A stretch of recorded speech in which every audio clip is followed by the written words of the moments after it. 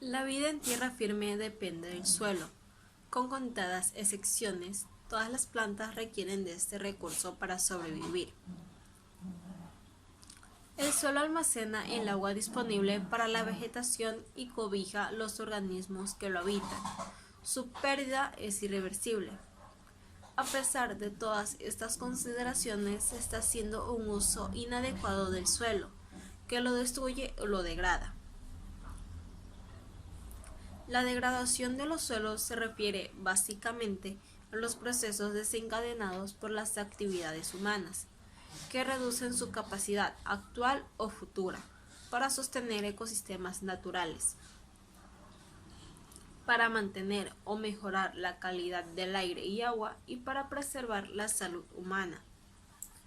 Se estima que alrededor de 2.000 millones de hectáreas de suelo en el mundo sufren algún tipo de deterioro como consecuencia de las actividades del hombre.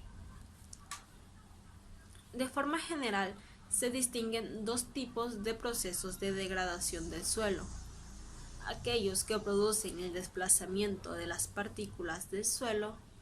Los más importantes son la erosión por agua y viento,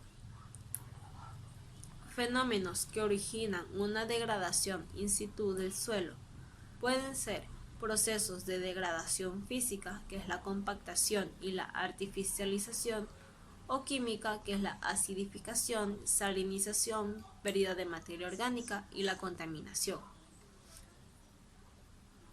La erosión del suelo es un fenómeno complejo en el que intervienen dos procesos: la ruptura de los agregados y el transporte de las partículas finas resultante de otros lugares. Además de la pérdida de la capa de suelo que contribuye a la desertización, las partículas arrastradas pueden actuar como vehículo de transmisión de contaminación. Pueden ser los plaguicidas, metales, nutrientes, minerales, etc. Se trata de un fenómeno natural, pero que ha sido acelerado por las actividades humanas. La erosión puede ser causada por cualquier actividad humana que exponga el suelo al impacto del agua o del viento, o que aumente el caudal y la velocidad de las aguas de escorrentía. El riesgo de erosión por acción del agua es máximo en periodos de lluvias intensas en que el suelo se encuentra saturado de agua con escasa cubierta vegetal y aumenta el movimiento del agua por la superficie del suelo. El efecto de la escorrentía resultante elimina cantidades importantes de suelo y origina regueros de erosión que actúan como ruta principal del agua, lo que aumenta el problema. La incidencia de la erosión por el viento, propia de climas áridos y semiáridos, es casi siempre debida a la disminución de la cubierta vegetal del suelo.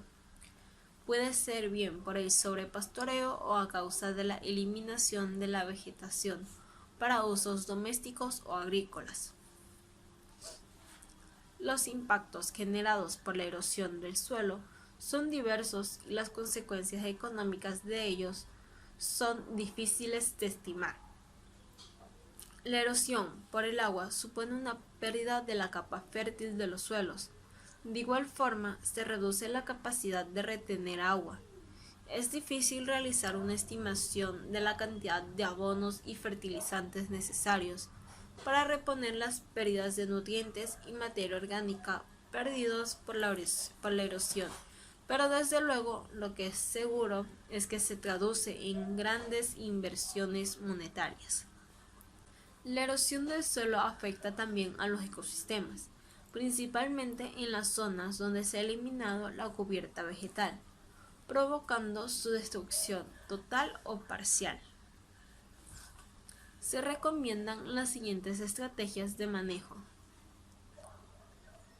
labranzas conservacionistas, labranza vertical, labranza mínima, labranza reducida. Siembra directa, que incluye menor laboreo, dejando más del 30% de los rastrojos en la superficie del suelo, aportando materia orgánica y evita la erosión.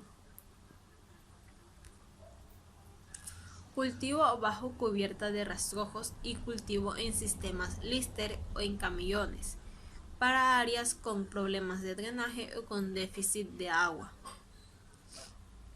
Siembra con arado de cincel. La aplicación de yeso mejora las propiedades físicas del suelo, aumentando la captación de agua y la exploración radicular. Además, se mejora la fertilidad, facilitando la disponibilidad de azufre y calcio, de fácil asimilación para la planta. Rotación de cultivos dentro de un sistema de agricultura continua, alternando distintos cultivos agrícolas para obtener una extracción eficiente de nutrientes y mejor control de malezas y plagas. Control y recuperación de cárcavas, medidas agronómicas y estructurales, obras longitudinales y transversales. Estas obras de conservación evitarán la erosión hídrica. Un ecosistema es un área específica donde seres vivos como microorganismos, plantas, hongos y animales se desarrollan y conviven mutuamente mediante procesos biológicos propios de cada especie, en un medio ambiente caracterizado por factores como agua, suelo, latitud, altitud, clima, localización geográfica, topografía, etc. El subsistema suelo es fundamental para todo ecosistema, siendo soporte biológico en ecosistemas terrestres. Proporciona nutrientes para las plantas y microorganismos e intervienen en ciclos de carbono, azufre, nitrógeno y fósforo, como parte en el equilibrio de los ecosistemas. Además funciona como filtro y amortiguador, que retiene sustancias protegiendo las aguas subterráneas y superficiales contra la penetración de agentes nocivos. Existe el mito de que el suelo es un recurso natural renovable, que podría regenerarse en cierto tiempo a su estado natural. Pero no lo es. Su formación y recuperación puede tomar miles de años. El suelo se forma por acción de factores como viento, temperatura y agua, que lentamente desmenuzan las rocas hasta reducirlas a pequeñas partículas que al unirse con restos de plantas y animales conforman el suelo nuevo. Estos factores están determinados por la calidad del suelo, que incluyen componentes de sus propiedades físicas, químicas y biológicas, dentro de límites establecidos por el clima y ecosistema, que están relacionados entre sí. Degradación física. Los procesos físicos son erosión, que es hídrica y eólica, deterioro de la estructura, compactación, que es el suelo encostado, y piso de arado, que este es el efecto de las labranzas repetidas con arado, causando el arrastre de materiales finos del suelo a una profundidad máxima a los 30 centímetros de profundidad, creando una capa densa, muy dura, poco penetrable por el agua y por el sistema radicular. Degradación química. Aquí se presenta pérdida de fertilidad y de materia orgánica, salinización y alcalinización. La salinización natural del suelo es asociada a condiciones climáticas, de aridez y a la presencia de materiales originales, ricos en sales, que en cierto grado son aceptables para la planta. Favorece la aglutinación de las partículas del suelo, volviéndose más permeable, aumentando el crecimiento radicular y aumentando la aireación. El suelo se degrada por sales cuando se aplican cantidades excesivas de fertilizantes o se riega con agua rica en sales.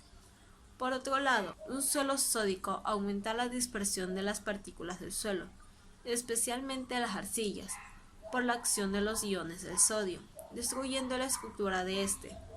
Los suelos sódicos tienden a hincharse cuando se mojan, luego se endurecen y cuartean cuando están secos, desarrollando una costra dura, seca, cuarteada y agrietada en su superficie. Degradación biológica. El suelo es un hábitat lleno de diversidad biológica formada por grupos microbianos que lo habitan, tales como hongos, actinomicetos, bacterias, protozoos, etc., que mejoran las condiciones del suelo acelerando la descomposición y mineralización de la materia orgánica. Sus procesos de antagonismo o sinergia permiten un balance entre poblaciones dañinas y benéficas, disminuyendo ataques de plagas y enfermedades. La degradación se da cuando se hacen quemas, se usan cubiertas plásticas o se desinfecta el suelo con agroquímicos, provocando que estos organismos biológicos mueran.